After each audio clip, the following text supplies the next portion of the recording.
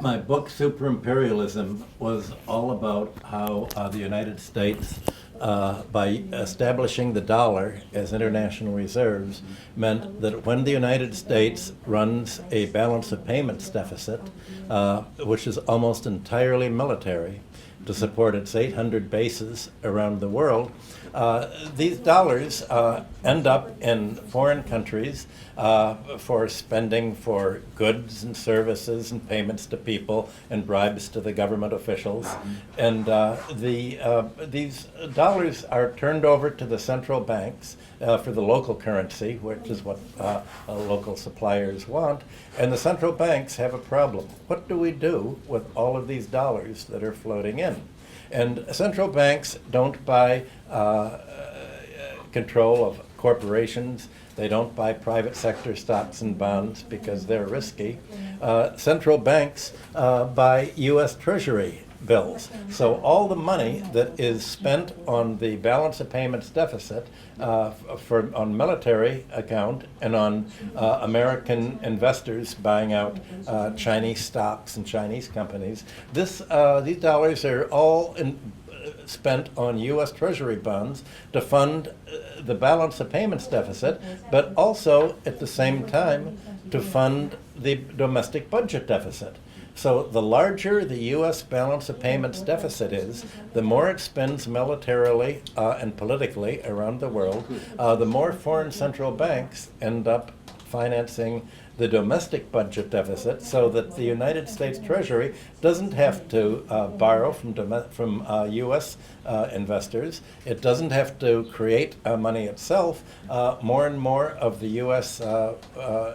Domestic debt has been held by foreign central banks. Well, that means that foreign countries are in effect financing the costs of surrounding them with all of the military bases, enabling the United States to make military threats to back up in case you fail to follow the University of Chicago and IMF financialization programs, and they cannot conquer you intellectually. They will use the military lever to convince you to follow the IMF. So the question is, how do China, Russia, Iran, and other countries break free of dollarization, of this circular flow that is self-financing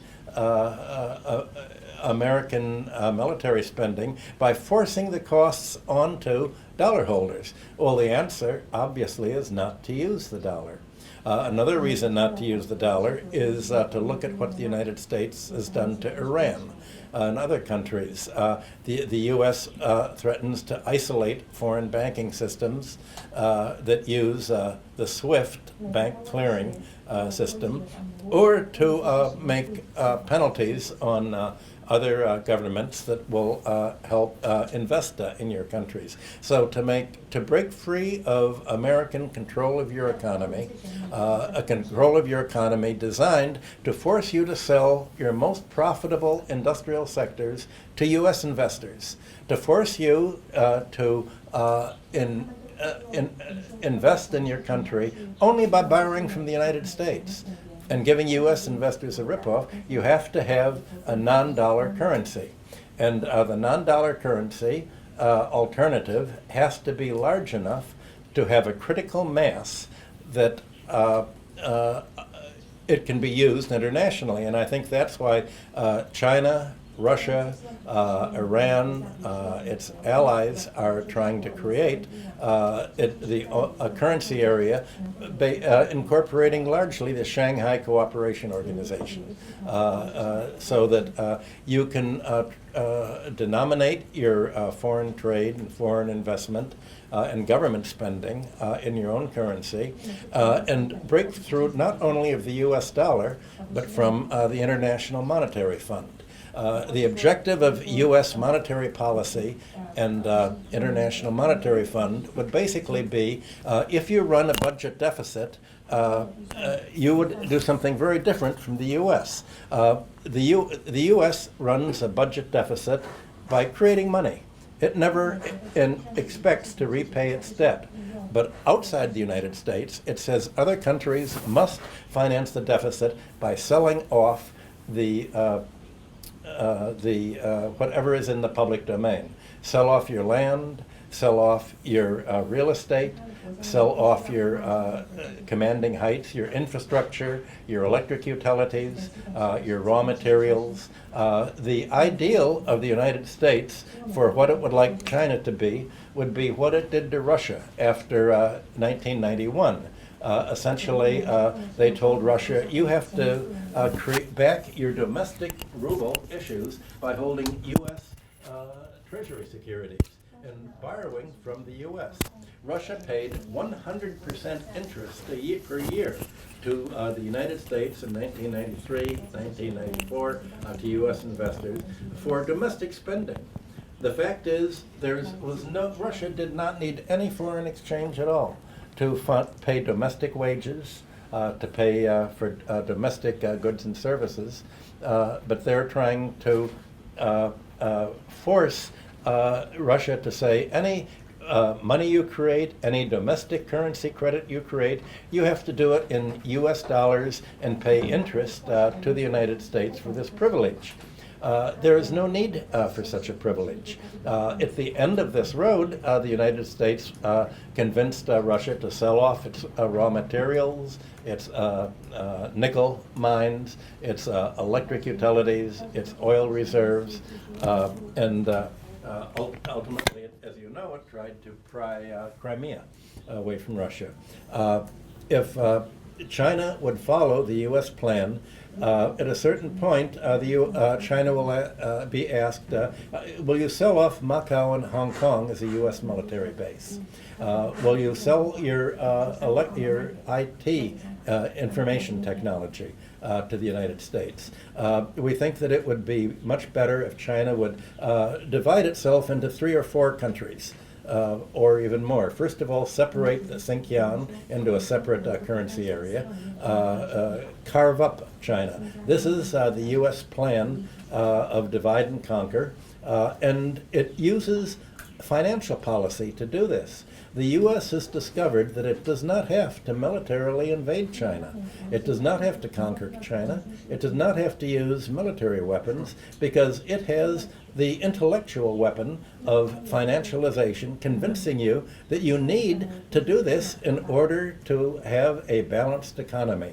So when China sends its students to the United States, when it sends especially its central bankers and financial planners to the United States, what they're told by the U.S. is, do as we say, not as we have done. The United States is not telling China or Russia or third world countries or Europe how to get rich in the way that it did, by protective tariffs, by creating its own money, by making other countries dependent on it. The United States does not want you to be independent and self-reliant. The United States wants China to follow a system where it's dependent on U.S. finance in order to get the funding to finance its own industry. It wants Chinese corporations to borrow from the United States and to sell its stock to U.S. investors, just like Khodorkovsky in Russia was trying to sell Yukos oil to Standard Oil and essentially turn Russia's investors over.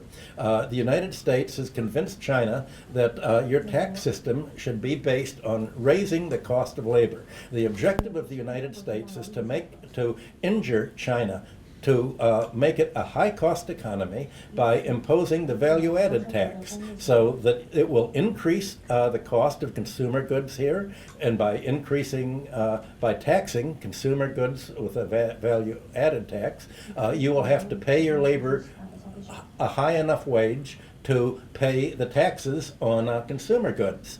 The United States could never pass such a tax domestically. There would be a revolution. The amazing thing is that there's no revolution in China.